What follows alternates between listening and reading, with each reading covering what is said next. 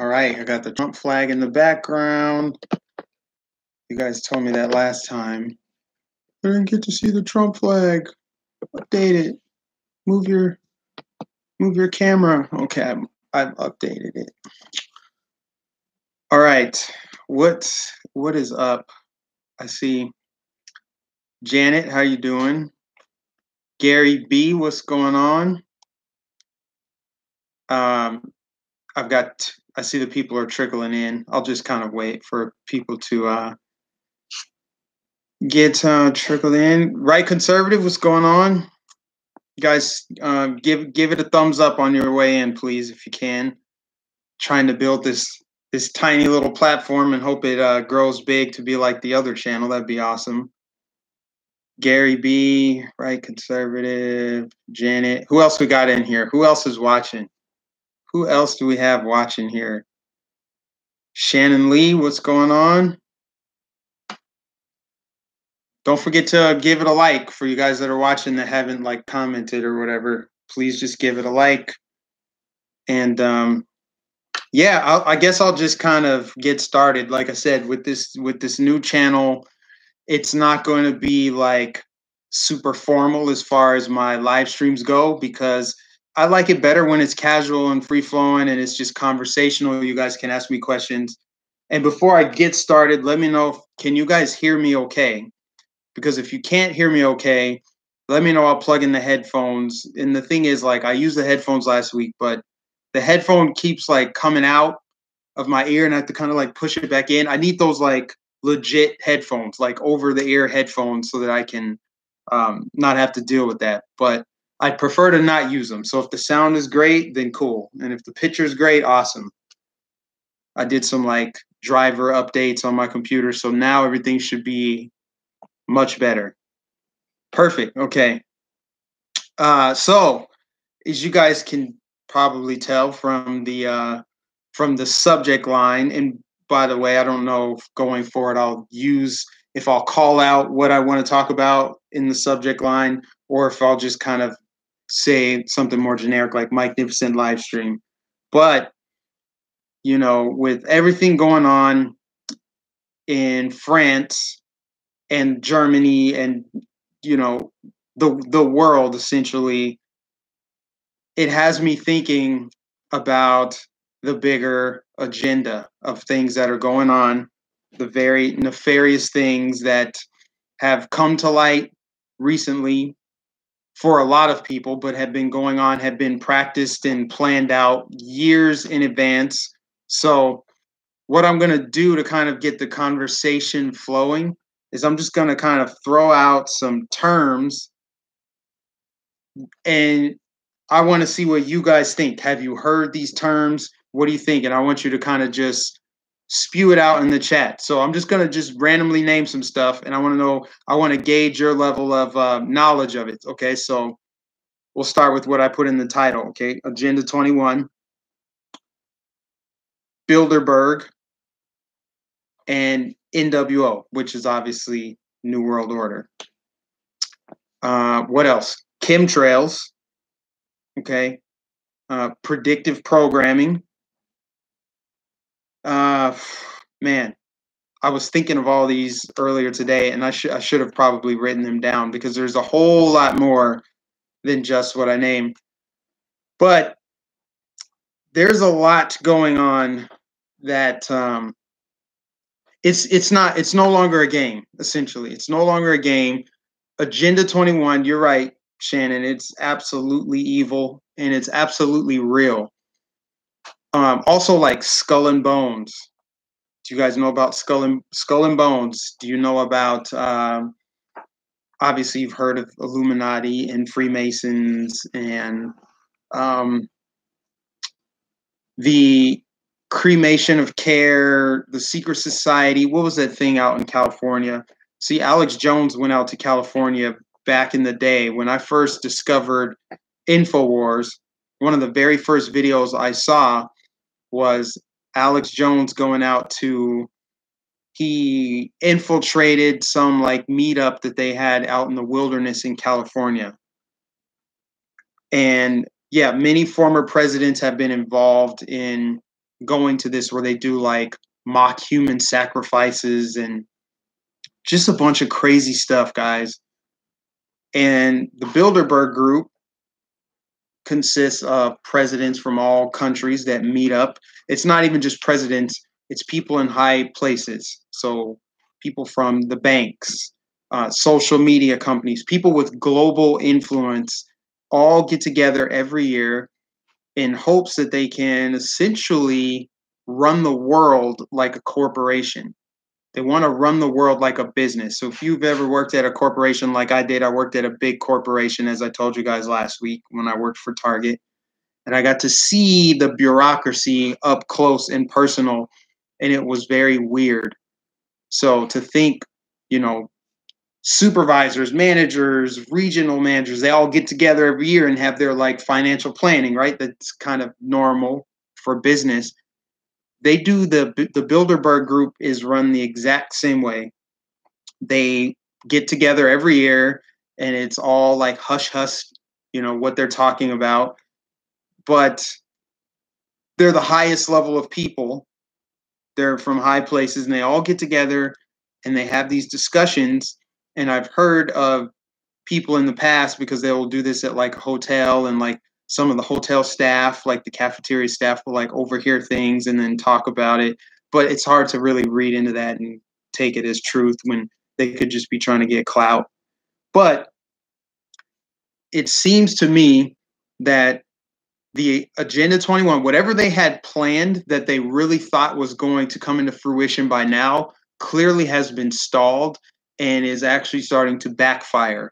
And so that's why I think we're seeing all this friction bubble up to the surface, is because they are in full-on panic. Now, the way that what I was saying a few seconds ago about the deep state and the Bilderberg group is they are trying to get the entire globe essentially on the same page as far as how the globe will be governed, as far as how money will be spent, and how individuals will behave within a totalitarian system. But standing in the way of them bringing in this new world order is the nation state republics around the world. So the sovereign nation states represent, unique identities that are self-governed. They're self-governed at the sovereign nation level, so they don't need a global governance. They'll do trade and all of that, but like if you think of every country as a person, every country essentially is a sovereign person. They're all people. And what they want to do is kind of break that apart and have it be a global governance. And what I guess what bothers me the most about all of this, before I even go any further, is how many people even know about it? How many people even are aware that there's something else going on? How many people are aware that the media outlets are controlled by like six? There's like six companies that control like 90% of media. And when you think about what that funnels up to, it's like, who's at the top of that? Who's pulling the strings? Who's behind the scenes making all of this go? Who is the puppet master, essentially? And with climate change and with France and everything going on as it relates to that and the backlash that they're getting over the gas tax and other things, other reasons that they're protesting, I feel like the majority of our population, they are just not aware. They probably are looking at the TV or reading the New York Times or whatever it is, whatever media they're consuming, and they think it's just a strike over a tax hike. They actually believe in climate change and they believe in, this. They use a lot of like warm and comforting buzzwords to try to get people feeling like all good about the environment. Like, yeah, it's climate change. We're going to move to, we're going to expand our green foot and reduce our carbon footprint and all of this stuff. And it's really about control, because if you think about, okay, they want to control they believe that we can control the climate. And so they want to, tax gas and move us into like green energy and they want to pretty much change behavior. And so in order to change behavior, you have to kind of force it, because you can't convince everyone to just stop using oil, stop using gas, stop using coal. You have to force them to do it. And so when you force people, you're trying to change, you essentially think you can change their behavior. And if you think about the way that we, like, our habits would have to change in order for their plan to work, and they would be the ones deciding what we can and can't do. So therefore they control every aspect of our daily lives. To what extent, we don't know, as far as electricity and how much you can drive and what kind of cars you can drive. That's why I'm so happy that Trump withdrew the United States from the Paris Accord, because my gut tells me it's something more sinister. While it's clear that there's something going on with our weather and climate and, global warming. I hate to even use the term global warming, because it's not warming. Climate change is real, but the climate is always changing. Every season it changes. It has hot spells, cold spells. The world the earth rather is very sophisticated. We don't understand it. I don't think we'll ever fully understand it. And at the end of the day, the earth could destroy all of us with one volcanic explosion or an earthquake or a volcano or a tornado. These weather phenomenons, the world could wipe out mankind completely. That's how powerful the world is, but we seek to control it. We seek to control the people in it and the world itself. And so when I think about what they're trying to do with climate change and how it's got to be a global effort, it just feels very sinister.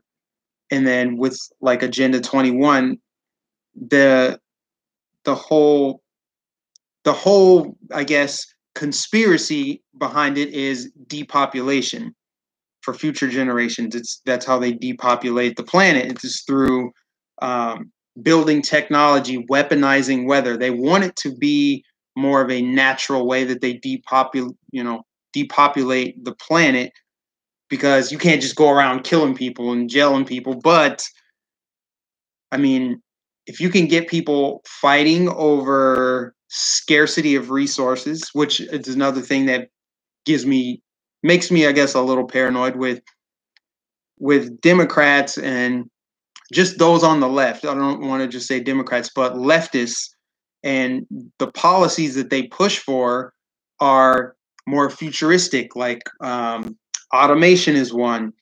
Everything that they're trying to do on a global scale, like sending jobs overseas, like what happened with Obama, that creates job scarcity. And when you have job scarcity, a bunch of other problems it kind of snowballs. And then before you know it, people are homeless, crime rate goes up, drug addiction. So you see how like depopulation would happen that way too. So they could do it with weaponized weather. I've read several articles about how they can, not articles, but I've watched videos of how they can weaponize weather, but then also, like I just said, with sending jobs overseas and just job scarcity and tax hikes, that puts a burden on people. And then it almost seems like it could be a movie, guys, right? Like, and we've probably seen a movie like this, probably several movies, where if you ever want to see how humans can go insane, attack the power grid, or shut off all water access, people will get weird really, really quick.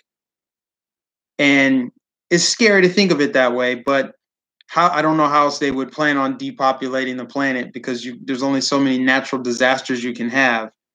But the fact that I'm even talking about this with you guys is all the more reason why we gotta, because I was never into this, not even 2 years ago. If I were picking the story up where I left off, I was just humming along in the Matrix, and then I snapped out of it. Prince was talking about chemtrails, and I don't know if any of you guys are subscribed to Anomaly on YouTube, but he actually just had a video today where he was talking about chemtrails in the sky over in LA. In Florida, they spray us like crazy down here. I should have actually taken a picture or recorded a little video of it for you guys, but I know the Political Avenger covers it quite a bit. But the chemtrails they're putting in our skies, the the fluoride that's going into our water, the chemicals they're putting in our food, the vaccines, the propaganda we're seeing on TV, the controlled optics with imagery, the indoctrination we get in schools, the taxation and how it's always going up. We have to ask these questions. Why? Who is responsible for this? And why is this happening? The more we can get people talking about it, the better off we're going to be. And the only way we can really do that is, I think, through platforms like this. If we were all in the room together, we'd be having a conversation. But luckily, technology has allowed for us to have this kind of interaction. We can still share the information and still talk and, interact. But we got to have more people that are aware of it. I can say honestly that since I've gotten into politics and been aware of, things going on behind the scenes, I've been talking to people. And the more I talk to people, the more that they start looking into it for themselves and like discovering the truth. Like I know that my sister for sure, she's fully engaged in everything that's going on. She finds it very interesting. And she can see because she grew up in the church. And so she's very religious. And when I show her things like, okay, look at how this truth is hidden in plain sight. Look at these agendas. Look at like this gender confusion and this transgender agenda that they're pushing, not just on the adults, but they're pushing it on children. Celine Dion's new clothing line. I showed my sister that commercial and she just couldn't believe it. She couldn't believe it. She's like, wow.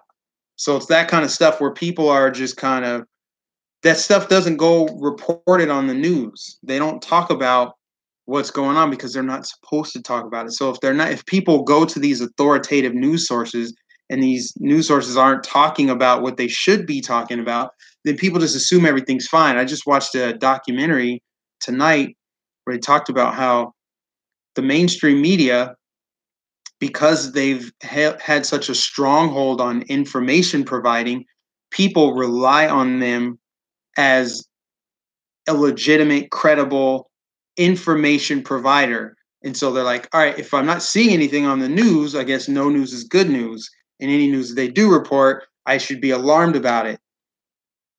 And so you'll never see anything that's going on that should actually be covered. I do believe that they largely just kind of glossed over what's going on in France, but anyone with a social media account can see what's going on in France.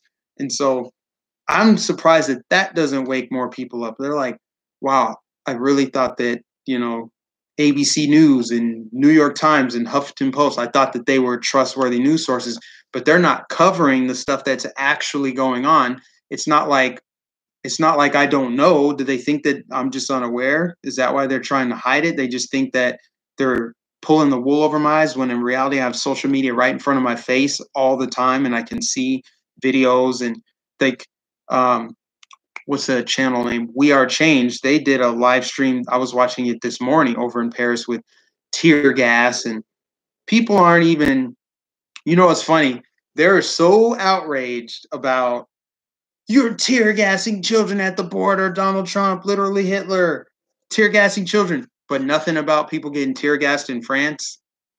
They just, the selective outrage, that's just more or less a pulse check to see who's awake and who's not awake.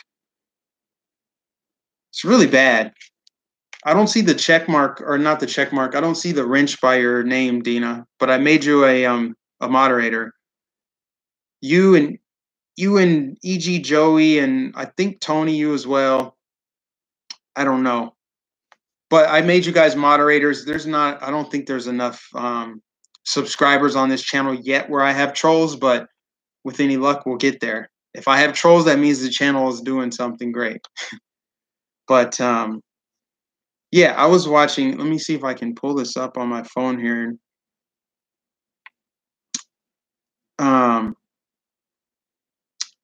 There's a channel called Hacking the Headlines, and she is this lady. She released a video earlier tonight talking about the real history of George H.W. Bush. You know how he's being celebrated as like a war hero, and you know they gave them this big, like ceremonious send off, right? And the reason why that they've been talking about him so much is because he was the very first president, I believe, to get the New World Order up and running. He talked about the New World Order. She played a clip of a speech he gave where he mentioned the New World Order like more than 20 times, and how we need to surrender. Sovereign nations need to surrender for the global good. And see how the way that they word it, the average person might think, yeah, we should, everyone's equal. We should definitely get the world all on one page, because I don't want kids hungry in Somalia, and I want everybody to kind of, let's all be one world together. But I mean, if you crack open your Bible, I mean, it lays it out very clearly what that is. But anyway, she talked about George Bush being in the Skull and Bones. John Kerry was in it as well. A lot of these elites and people in high places went to Ivy League institutions like Harvard and Yale. And so when you when you put that together, it's like it creates a pattern for you. And then when you zoom out and look at it, you can see the bigger picture. And that's what this is all about, guys. When people are stuck, when people come at me talking about you're a black guy, I instantly have to tune them out, because they're talking. It's like a language specific to people who are not awake to what's going on. You guys know, I know, a lot of truth seekers know that color does not matter. Your race, your gender, your sexual orientation, your religion, none of that matters. None of that matters because of what I just said with Agenda 21 and chemtrails and all of that, and all these man-made like ideas that were created to drive wedges and divides between the people. Because if you can divide people, they will be distracted, and they will be much easier to conquer than if they are unified. Don't you know the people that run this world are the few? We are the many. We could storm them. We don't even need, I guarantee you, there's probably less than 1,000 people that are truly pulling the strings in this world. Less than 1,000. I'll say probably 500 or less that are actually pulling the strings in this world. Now, there's 6.6 billion people in the world. So that tiny percentage of people that are running the show have everyone else in alignment. They have everyone just kind of submissive to it. Don't you know how easy it would be to overtake that if people were just aware? If people could just unplug from the matrix. But the thing is, what they've done so well and so effectively is they mind control people. So they start at a very early age. They do it with with TV, with cartoons. They bury a bunch of hidden messages in there and subliminal messages that program the subconscious mind. They do it through food, with flickering lights on TV, toys, lots of things that distract. And if you notice, from the time you're a kid, probably until the time you die, if you just never wake up, if you just go through life and you're never aware, a vast majority of people are distracted the entire way through by one thing or another, whether it's TV, sports, reality TV shows, the drama that goes on. So news, the daily news cycle, I would say close to 100% of those stories are distractions. They're just designed to shape public opinion. But if people could zoom out and just look at the bigger picture and wonder, like, where is this coming from and why and who's in charge of it? And I didn't sign up for this, by the way. I think we could make it a lot further. Joey said toothpaste. What about toothpaste? I'm gonna try to participate in you guys' ongoing discussion here, but I don't know what you guys are talking about. So feel free to ask me like questions about what's going on in the world. And I had so much energy earlier. I really should have did this live stream earlier in the day when my mind was really clicking. But fluoride, something about fluoride. You have to question. Rhonda Norton said also you have to question the truth of why we were invaded certain countries, what the real reason is, like the poppy fields in Afghanistan. It's just motivated by drugs from the poppy seeds. Yeah. Yeah. I mean, I didn't even get there to wars. Like, I totally forgot about that. That's some more man made human suffering. Think about the wars. Think about the bombs we've dropped on civilians. I really like that Ron Paul talks about isolationism over intervention. Interventionism. We invade countries that we don't need to invade. We have military troops, boots on the ground in countries that we have no business being in their country. I get like at some point we were trying to spread democracy throughout the world and make sure that every country was stable and there weren't any human rights violations going on. But at some point, you gotta let the people of that nation sink or swim on their own, and the cream will rise to the top. Unfortunately, for most of these countries, they're run by gangs and cartels and just super super corrupt political establishments.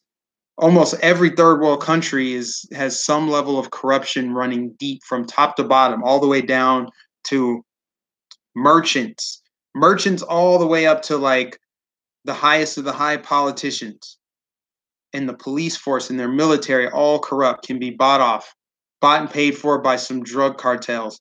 Well, a lot of the drug purchasers are here in the United States, which is kind of crazy to think about. But like wars and all the famine and the disease and the violence and people dying in other countries, this is all man-made, guys. It's crazy. It's crazy that I can present an idea that we should self-govern and we should be independent, free-thinking, sovereign individuals. Focus on your family unit. That should be the only form of communism that you experience, is within your community, your actual community, your family. Because outside of that, if you think that self-governance is a controversial idea, you're acknowledging that you should be governed by someone else. And I'm not saying we need no government whatsoever. We obviously need some sort of baseline. I won't even say the word need, but there should be maybe some baseline safety net that is mutual to the people who agree to pay into it, and no one from outside of that should benefit from it without paying into it. It's like a group savings account. That's what our welfare system is supposed to be. I think originally it was set up as that, just a safety net, or was it? Still kind of uncovering the truth here. But in my mind, I'm thinking, okay, that could actually work. A safety net where if you fall on hard times, let's say you have an injury and you can't go to your job, well, but you have a family to feed. But if you pay your taxes every month, you should be able to, pull from that savings, that community savings, or you can have your own savings. See, it should be voluntary. You have your own savings. You can take from that savings to make sure that your family can still be running. You can take care of your bills and all of that. But what happened was there was some kind of break in that way of thinking of like, all right, this is a safety net. People started using it as a life support tool. Like, this is what I will use to survive. I don't need to work. There's a sense of entitlement created. And because people are so dependent on the government and they view the government as something that is there for them, that they look to when something goes wrong. Well, that's what we're fighting against. We're fighting against people who believe in the power of government over the power of nature and the laws of the universe. They believe in the rules of the world. Those are your Democrat voters, essentially. Those are your people who are not awake. Those are the people that believe in utopian societies and equality of outcome. Those things are but it's all about them feeling good about it. It's like, yeah, we need to at least try to raise the floor so everyone has an equal shot. It's like, you're never going to have an equal outcome. So like everyone that wants to depend on the government, or they see they view the role of government completely different than how it was originally designed, like, and what they talked about in the Constitution. It's really what I'm getting at. Like the way that the role that government should play in the Constitution should not be anything like what it is now. So that's what scares me, to think if the Democrats do get more power down the road and we don't roll back everything that they did under Obama, our Constitution is gone. And then that's what I said. It would be a losing battle at that point, because then open borders all day, tax hikes galore, jobs gone, many people fighting over limited resources. It would get out of hand really quick, to think that we dodged a bullet. Oh my gosh, had Hillary won, that would be 12 years, right? If you count Obama's 8 years plus Hillary, that's 12 years of Democrat control and ballooning state. That would have been the end of America right there. I get why people say that now, that if Hillary had won, that would have been it for this country. But Ron Paul and these libertarians, I'm telling you, I would love it if the Libertarian Party could hijack the Republican Party and like legitimately have candidates that could win.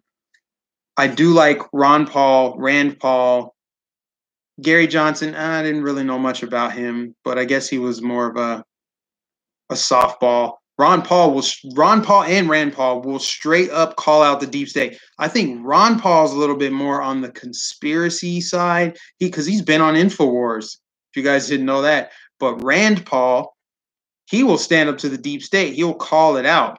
He was talking about how the other day, he was talking about how the CIA will have meetings and not allow any members of any of the Senate members to go and get briefed on it. They'll have a bunch of secret meetings and not tell anyone about it. And he said that's the deep state right there. That information is being shared, because he was talking about in reference to Jamal Khashoggi. I think that was his last name, the guy that just got hacked up by Saudi Arabia. See, the libertarians are the ones that are the most pro-Constitution. They're the most freedom-loving.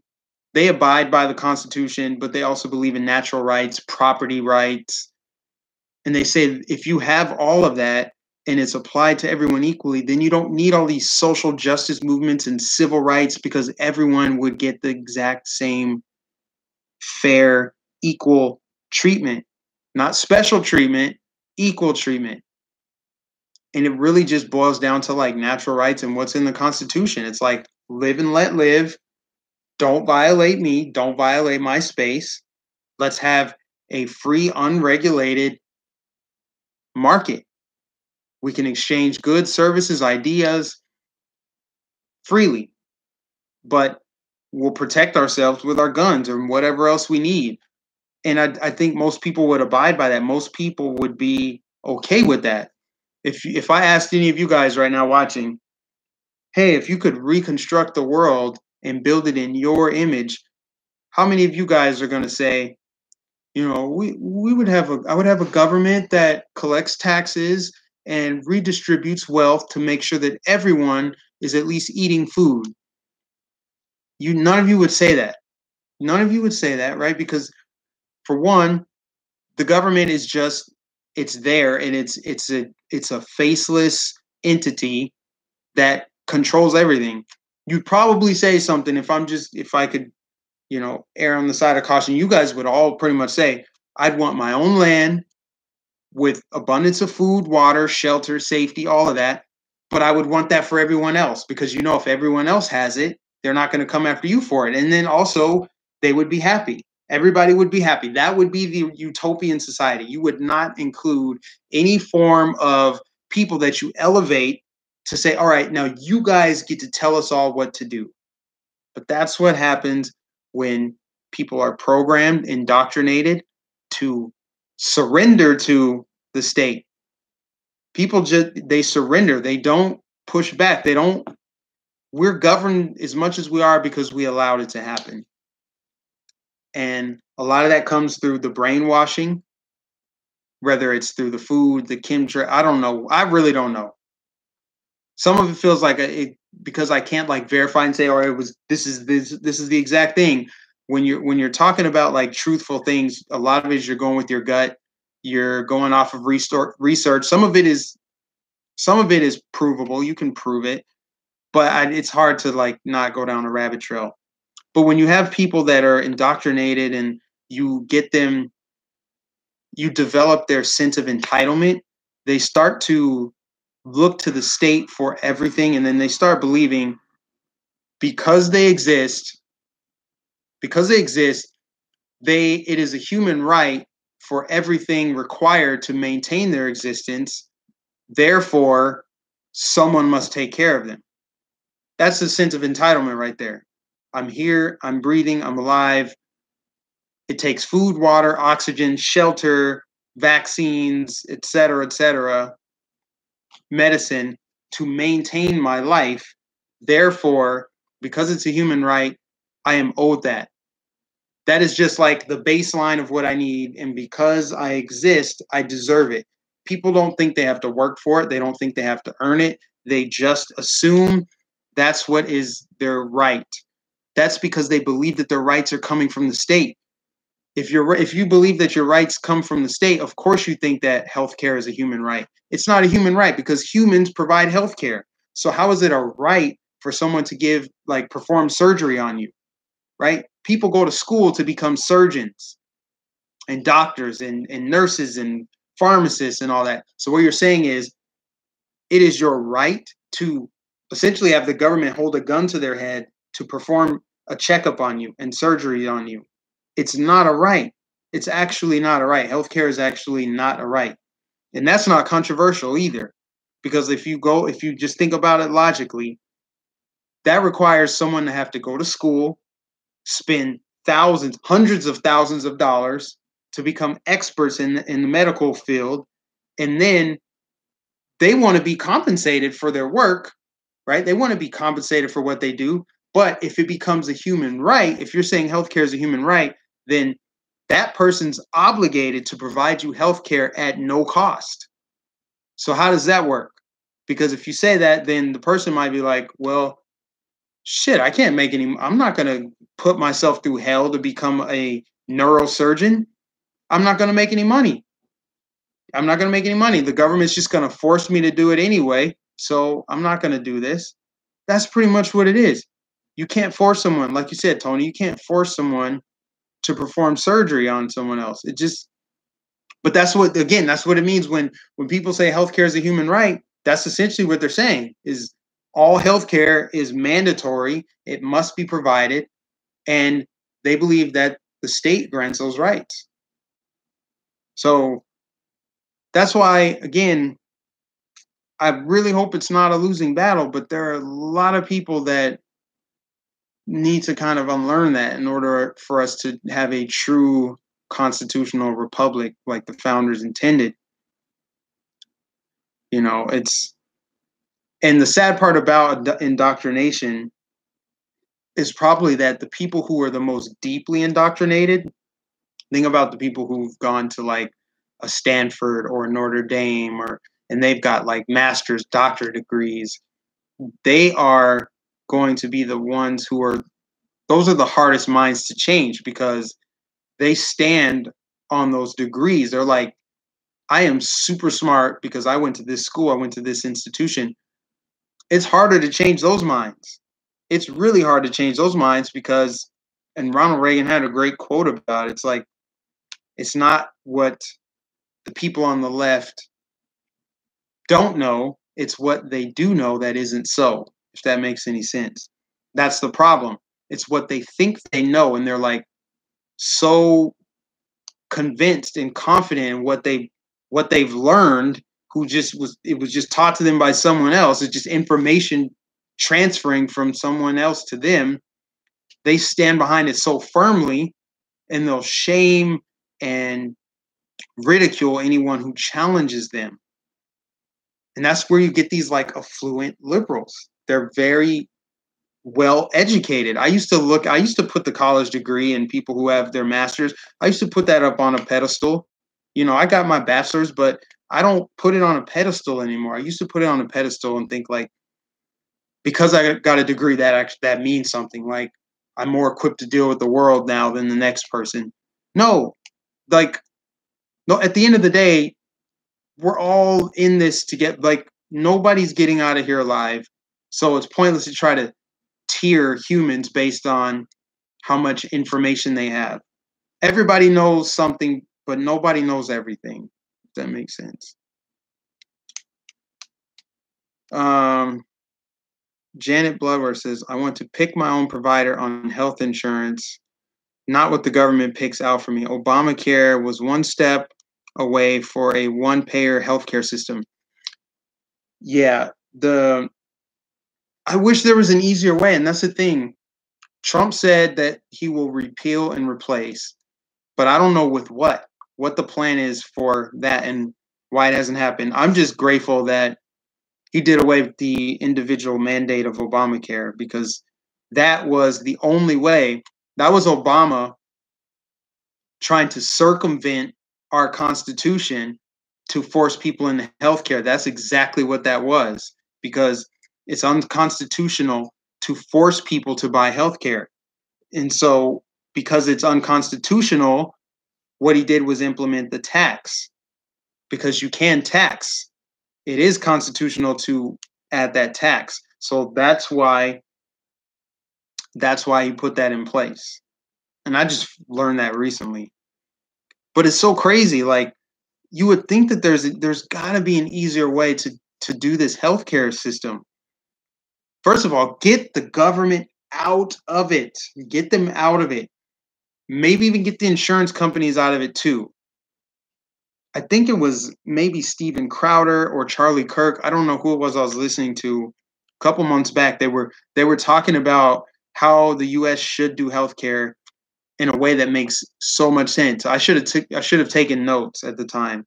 But they were essentially saying like what we need is you need to be able to talk directly with the person or the company that will be providing you healthcare and negotiate with them up front. Like you notice you can't go to the doctor and say, how much will it cost to get my broken arm repaired? They don't tell you because they don't know, because it has to go through an insurance company. But if they had their prices listed out like a menu, you go to a specialist for that reason. You can shop around. They have to compete for your business. Then you will get the best deal possible. And you can set up payment arrangements with them. You can pay via credit card. There's so many options in terms of how you can pay for your medical coverage. Why does it need to be this big, complicated, open enrollment once a year, sign up for health insurance? Now we're going to send you thousands of dead trees in the mail explaining a bunch of shit to you that we could have said in one email that you're just going to throw in the trash or the recycling or whatever. It then becomes like this big, huge thing that you just didn't even expect.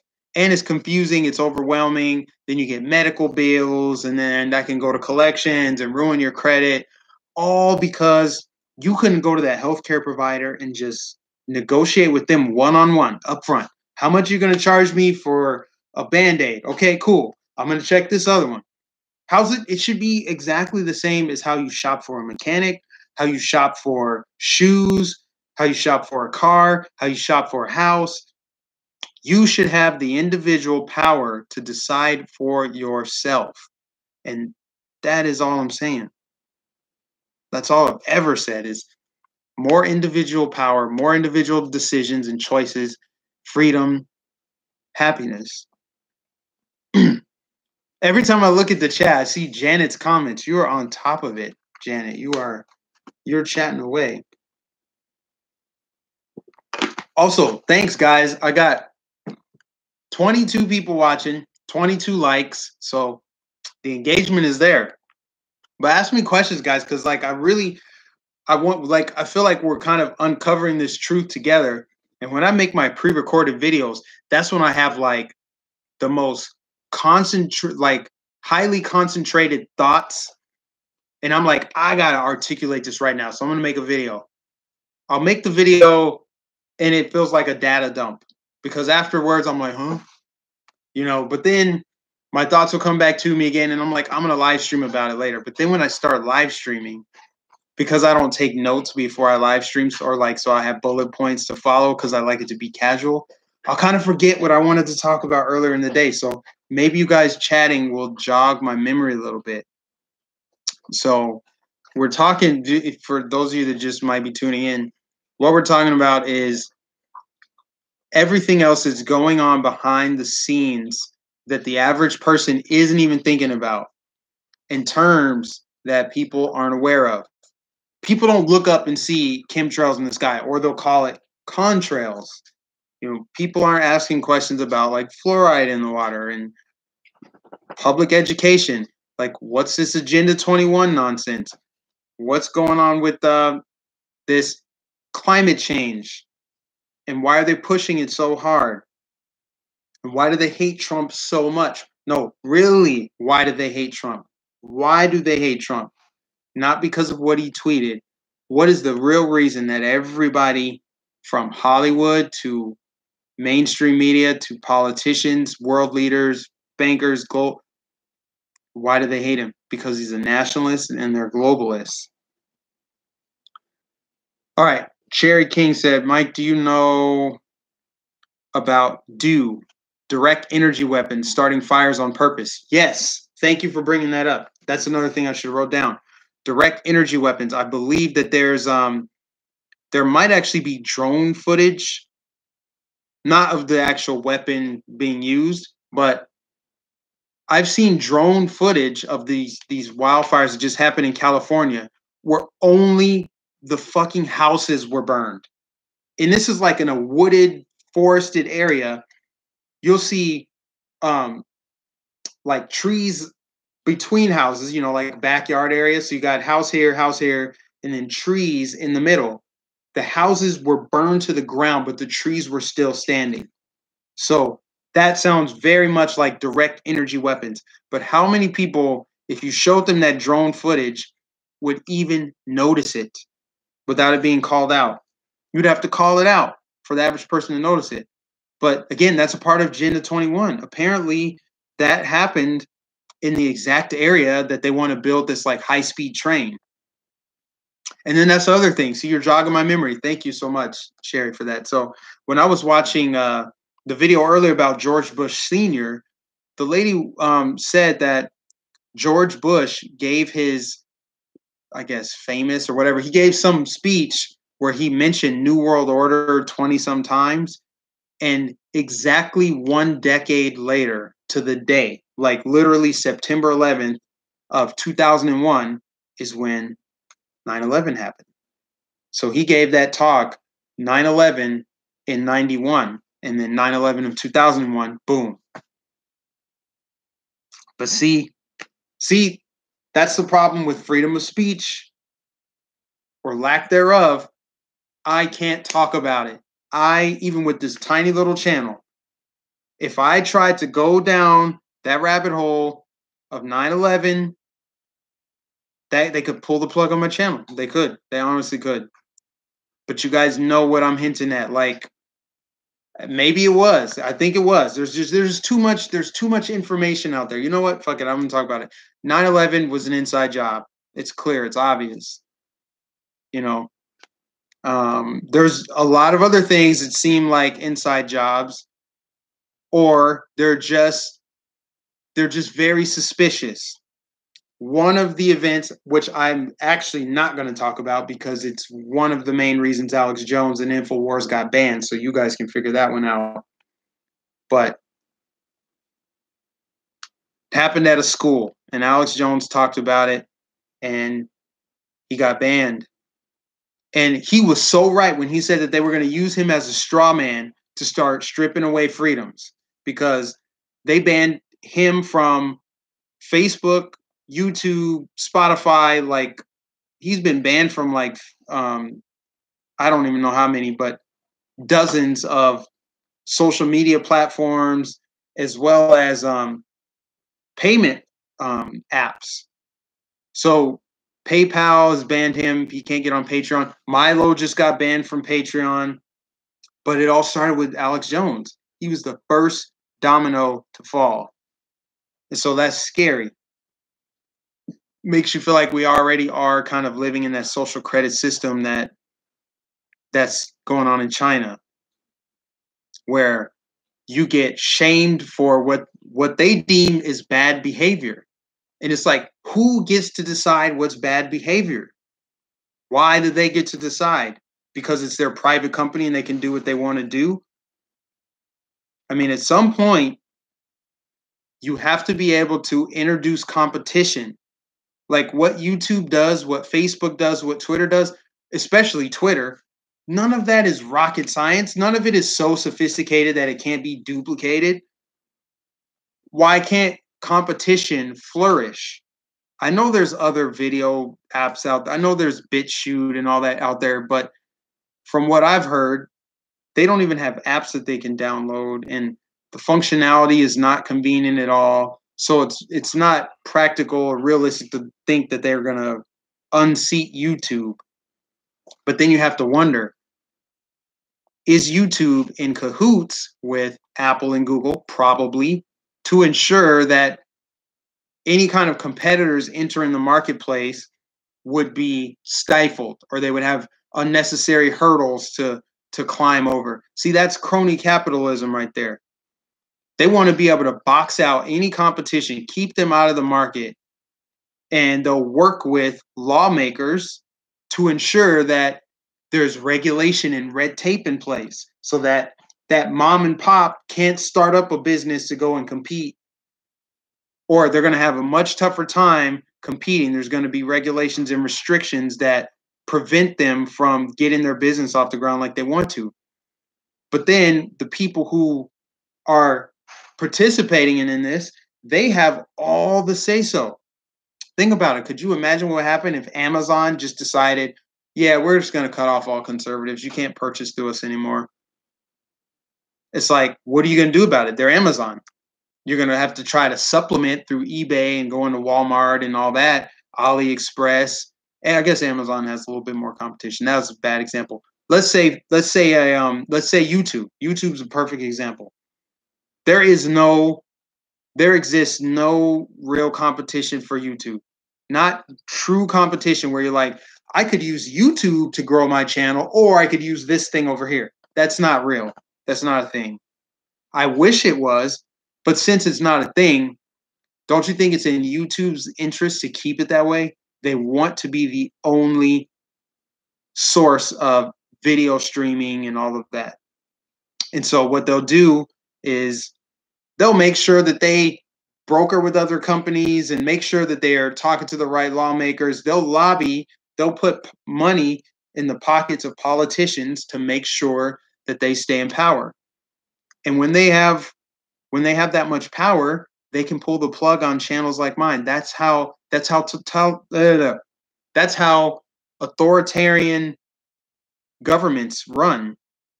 Is the government owns everything. Like, that's how it works, guys. That's how it works. That's why when Obama was in office, that's why you saw jobs leave. That's why you saw people disenfranchised. You saw people getting on welfare, depending on the government. It's kind of forcing you to depend on the government. The jobs that thrive the most, the companies that thrive the most, are the ones that can pay the higher taxes and the forced Obamacare. The mom and pop, they can't afford that. They can't afford to provide insurance and $15 an hour minimum wage and all of that. It's because they want a totalitarian. They want the means of production, the means of everything to be controlled at the state level.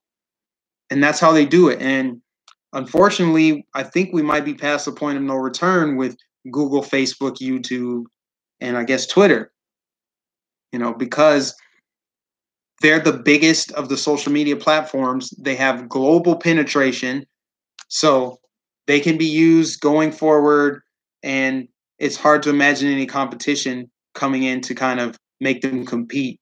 So therefore, they can do whatever they want. See, it's very sinister. But I'm piecing this all together now. I didn't know it was like this. I had no idea. I would have guessed that that the rabbit hole is this deep. It's just crazy. It's just crazy, guys. Uh, Goat Goat Gal 7 said in the Bible it talks about objects in the sky. I don't know if your chats are super delayed or whatever. Joey said whatever. Yeah, guys. Ask me some questions. Ask me some questions. Oh, I see the check mark by your name. Tony, are you moderator yet or what?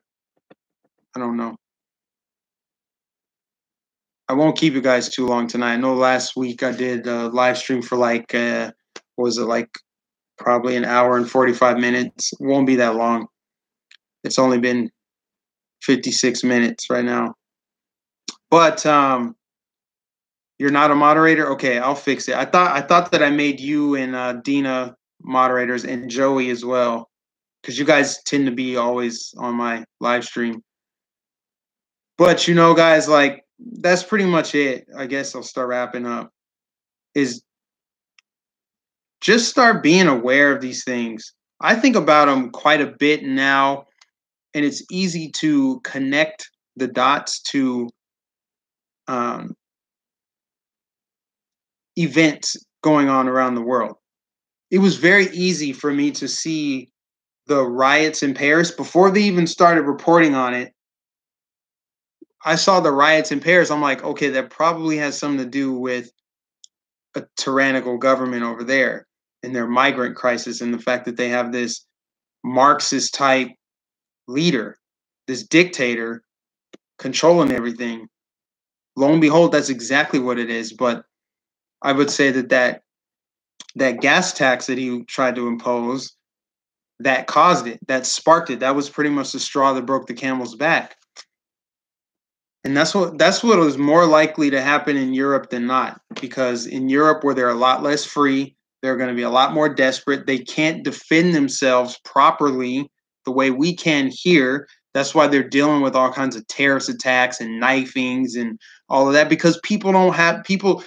Could you imagine a terrorist attack on our soil, like people invading our country, like straight up invading our country on some terrorist shit?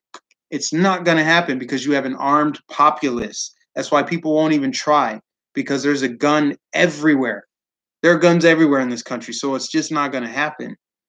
But over in Europe, you can kind of see, all right, that's where that globalism stuff has really gained traction over the decades with the EU, but you're seeing the backlash of it. You're seeing populism rise. I fully expect France to go right wing for the next election. I don't see Macron being reelected. I don't know if they can impeach him. I don't really know what their political process is over there. But, I mean, the country's burning. It's on fire. People have died. And all the while they have migrants flooding in. They're trying to change everything about Paris and all the cities in France to have it be more of a, I don't know if they wanted to mirror what the people coming from the Middle East had. I don't really know. But all I know is they're shifting the demographics of European Western countries because those tend to be the most stable and the most free. So rather than them trying to build up the countries that suck, they're like, let's take down these oppressive white majority countries. Let's destroy them instead of lift up the other countries. That should tell you guys that there's a problem there. Tony said the people of France are calling for the president to step down. But will he, though? I just don't see it happening. But I mean, the people of France, they're resilient. I know the protests are down significantly from a couple weeks ago, where they had like 280,000 people.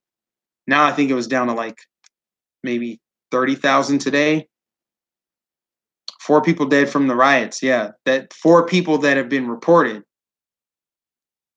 Macron wants an EU army to protect them from the United States, right? Is that what they were saying? It's crazy, man. It's so crazy. It's so crazy. I never thought that we would see this in our lifetimes, where I feel like in the United States we're hanging on by a thread. We're hanging on by a thread. And that's what if we could like cut this, if we could cut this off at the head or dig it up by the root, I would say we have to start with education, because education is the future. The next voter is going to be coming up through the public education system right now. What are they going to be learning? We already know what they're not learning. We already know what they want them to focus on, what kind of propaganda they're introducing them to, what kind of sick, satanic, sexualized, just disgusting information that they're introducing children to. But the thing is, if if you could educate your own kids or send them to a private school or have a community education center where they learn about um, the 3 branches of government, they learn about the history of the United States and why freedom has been fought and died for here, how sacred it is, how important it is to maintain that. That will help keep America sovereign and strong and independent. But right now, the largest voting bloc is millennials, and we are so Democrat, so Democrat. And it doesn't help that we have Trump in office, because so many people are resisting Trump. It's like they'll vote blue no matter who. They just want Trump gone, so they will literally vote for their own demise if it means Trump goes away. They don't care. There's not enough people who are millennials that care, but they're now the largest voting bloc.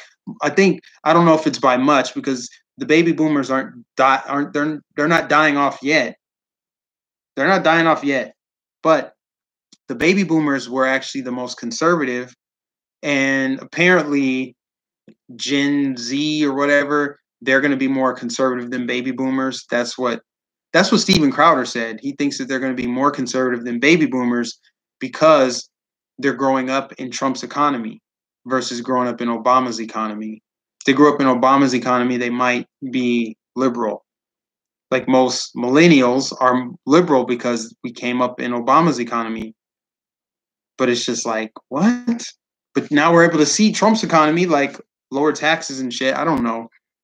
But I would say that that's going to be the way to save our country, because the countries surrounding us have way less freedom than we do, and they're infiltrating our government. They're trying to destroy it from the inside out. Goat Gal 7 said, I'm a baby boomer and still kicking. Yes, you are. You're still kicking. You're still typing. And you're technologically savvy, too. Tony says, I asked Gillum supporters in Florida if they wanted Florida to be a sanctuary state, and they wouldn't answer. So you're right, Mike. They would rather see their own demise. Joey said, Trump hasn't put us in a war. You're right. He's done the exact opposite, in fact. He brought peace to the Korean Peninsula. He's literally done things that presidents before him did not even try, or they tried and failed miserably. They just kicked the can down the road, which further validates that there was absolutely an establishment. There was like, this is our order of business. We don't rock the boat. We just kind of tread along lightly and stay in power and collect our taxpayer-funded salaries. And we laugh at them. We make them think there's going to be change, when in reality, we're going to false flag attack them so that they will vote to have their freedoms taken away. There's no real civil rights movement. The only thing people are marching for and and protesting for now to have their rights taken away. Just so bad. But it's like Trump is doing what none of the presidents before him either could do or would do. And that's, again, why he's so hated. Sherry King said, what do you think about homeschooling even though you are not a parent yet? Well, I just covered that. I'm firmly on board with homeschooling. I fully intend to homeschool my kids. My kids are going to be better off. They're going to be better human beings than even I am. They're going to be awesome. They are going to, because they're going, first and foremost, they will be thinking for themselves. They're going to be able to think critically, perform analysis, and reach their own conclusions. I think that homeschooling is amazing if you can do it, but a lot of people can't do it because they have to go to work. That's why I think there needs to be some type of like community schooling. If you can get like community schooling, I think that'd be the best way to go. Where it's like literally done at like the neighborhood level, neighborhood, community, maybe district level, but keep the government out of it. Think about it. Everybody puts a little money in the pot, and you have a school that's run by the community. Maybe you elect a little board of people, and then I don't know. Then you figure it out. You educate the kids. Here's going to be the curriculum, and if you don't like the curriculum, you can send your kids to the other school. It just seems like it could be run so much more efficiently. Trump is doing a good job. Great idea. My son made it through public school, and he is a critical thinker and smart and conservative. So I did something right so far. And that's the thing is like, you can't totally knock public school if you pick a good one. And you have to supplement their learning with real life experience, teaching them things that are actually going to help them in life. Here I am talking about it, and I don't have kids. I'm just thinking of how I would educate my kids. I would be definitely telling them, all right, here's how you not balance a checkbook, but like, here's how you manage your money. Here's how you invest your money. Back in the day, we did learn how to balance a checkbook, but that was it. I don't know what you guys learned. I learned how to balance a checkbook, but like, I didn't learn much about like business math and percentages and markups and retail values and how to invest in property, how to be an entrepreneur. A lot of it is just being a good example. You're right. You're right about that. You're right about that, man. That's just the way the world is right now. But it takes big brass balls to be able to speak your mind and have an unpopular opinion and push back against the status quo dogma. And that's what I'm doing with everything from this flag you see behind me to the hats that I wear, the shirts that I wear, is because when people like in the Black community, the people within the Black community, the pro-Blacks that think that they know everything and like they shame anyone that disagrees, and they're like, you don't see the world my way. This is the way that you need to see it. So because you don't, I get to talk to you. I get to shame you. But like shame is just another way to try to control someone because you're shaming someone hoping that they'll submit. And they say stuff like, you got bullied. You're getting bullied. I'm like, I've literally punched bullies in the face. So how is it that I got bullied if I punch the bully back? That's what I'm doing now is people tried to bully me. People try to say I'm a sellout or I'm Uncle Tom, I'm not Black, and all these things. I can't support the country because it's for white people. I'm like, freedom is not for white people, first and foremost. It's not. We live in the freest country. We were born here. This is the only country I know. I represent this country proudly. And I will defend this country because there's no other country I'd rather live in, and nobody gets to tell me. That's the thing. And I wish more of you guys would be bold like this too. I would love to see more people wearing their MAGA hats in public. Don't be bullied. Don't be shamed into supporting the president and supporting the country, supporting whatever you want. Really has nothing to do with president of the country. Like, make that statement that you will not be shamed or bullied. That's kind of why I do what I do, guys. It's just, I feel like it's so important because there's some people who are so arrogant that they believe that they're morally obligated to control you, and they can't, and they shouldn't. And that's the best way to let them know. So it drives liberals mad, more insane than they already are, when they see a black person who's articulate, well-spoken, educated, probably knows more than they do, and supports the president. It drives them up the wall. They have no way of dealing with it other than they lash out and they name call. Yeah, and I get the racism from the white liberals all the time in my comments. I had someone comment on a video from, actually, I think it was a comment I left on another YouTuber's channel. I gotta stop doing that, by the way, because trolls will follow me to this page, to this channel. But anyway, someone responded to a comment that I left, and they said, "I'm a sorry excuse for a black person."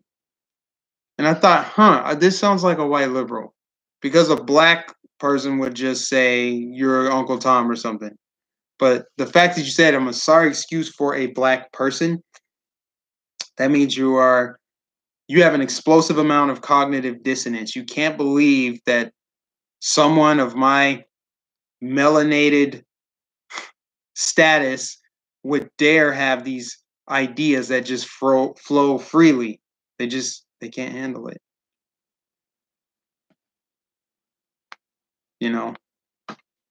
So, anyways, guys, I guess I'm gonna wrap up. It's 11 o'clock here on the East Coast, and I'm gonna do a live stream with Tony here in a couple days. I guess sometime in the near future, and I think I'll do it on the main channel because the main channel has, that channel's growing. But the thing is, I'm trying to grow this channel too. So for now, just expect probably the majority of my live streams to be on this channel exclusively, because when you're trying to attract people to a new channel, it's easier to do that with shorter videos and have a cleaner look. So yeah, Mama Aim's in the building. Have you been watching this whole time? Oh, I think I made you a moderator too. I'm gonna go back and figure it out. You guys are still talking about public schools? Oh my gosh, I don't know if the chat's delayed or if you guys are really passionate about it. Merry Christmas. Merry Christmas. Don't take Christ out of Christmas. You know, it was a liberal that probably said Xmas. You guys have seen that before? Xmas. Did you hear about that principle?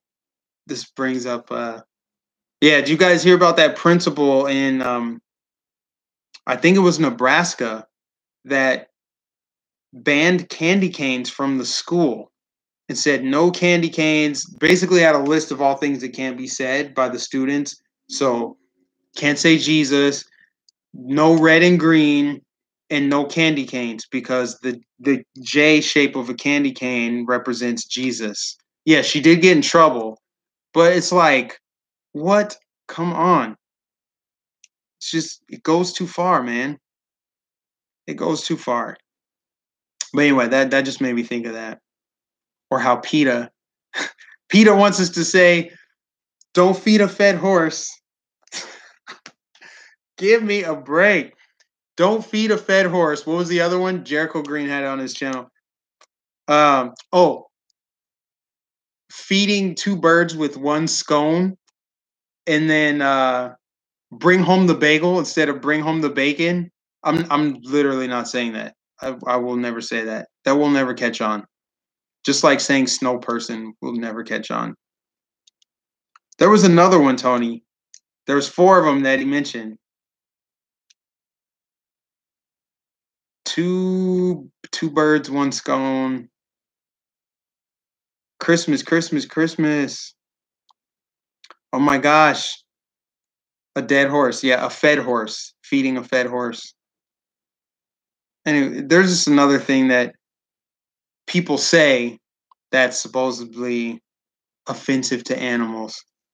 People dreaming up this garbage. But yeah, guys, it's 11 o'clock, so I'm seriously wrapping up now. But thank you guys for tuning in again. We had the same amount of people as last week, maybe a few more, roughly 31 likes. So we got more viewers this week than we did last week, and we'll just grow it next week. Maybe I'll try to do it. What I'm going to try to do with the live stream is I'll try to have it more scheduled so you guys will know in advance when I'm going live. And I know ABL does his on Saturday nights and Wednesday nights. Maybe I'll do mine on like a Tuesday night. I feel like I'll switch it up. So guys, just be on the lookout for that. Like my next live stream will probably be on like a Tuesday night or a Thursday night, somewhere where I can do it earlier in the evening.